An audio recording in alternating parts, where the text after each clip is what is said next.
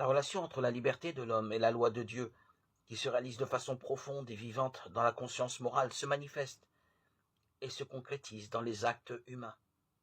C'est précisément par ces actes que l'homme se perfectionne en tant qu'homme, appelé à chercher spontanément son Créateur et à atteindre, en adhérant à lui librement, la pleine et bienheureuse perfection.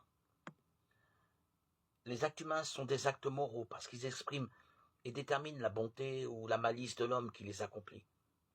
Ils ne produisent pas seulement un changement d'état d'éléments extérieurs à l'homme, mais en tant que délibérément choisis, ils qualifient moralement la personne qui les accomplit, et ils en expriment la physionomie spirituelle profonde.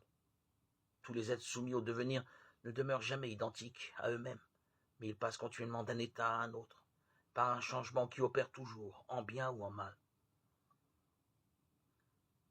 Être sujet au changement, c'est naître continuellement. La naissance ne vient pas d'une intervention étrangère comme c'est le cas pour les êtres corporels. Elle est le résultat d'un choix libre, et nous sommes ainsi, en un sens, nos propres parents, nous créant nous-mêmes tels que nous voulons être, et par notre volonté nous façonnant selon le modèle que nous choisissons, auquel nous obéissons.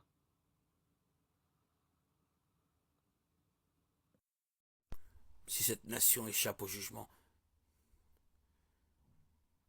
Dieu sera obligé de ressusciter Sodome et Gomorrhe et de s'excuser de les avoir engloutis et brûlés, puisque nous sommes aussi méchants que Sodome et Gomorrhe l'ont jamais été. S'il engloutit Sodome et Gomorrhe et les a brûlés à cause de leur péché et qu'il ne prend pas maintenant les mêmes mesures à notre égard, alors ce serait injuste de sa part, et il leur devrait des excuses. Dieu n'a pas à présenter des excuses à qui que ce soit, pour quoi que ce soit. Le péché sera jugé.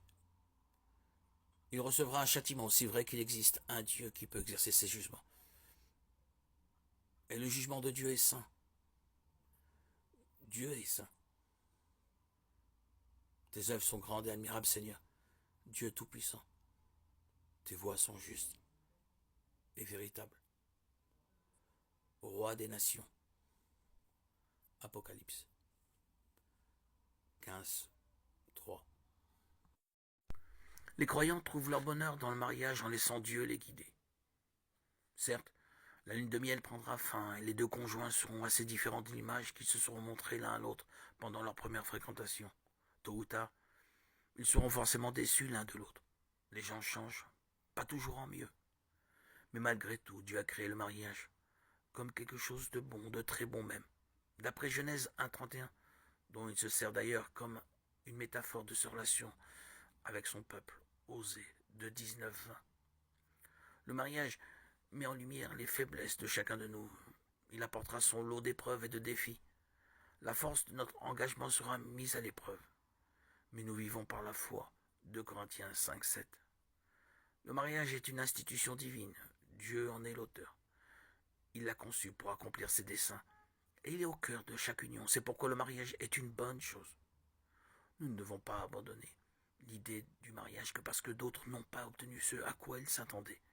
Car après tout, il y a plus de bonheur à donner qu'à recevoir.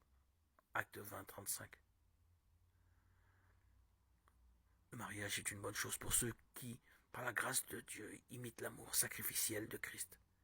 Il y a un prix à payer. Tout. C'est en se donnant nous-mêmes qu'on trouve le plein sens de la vie en Christ.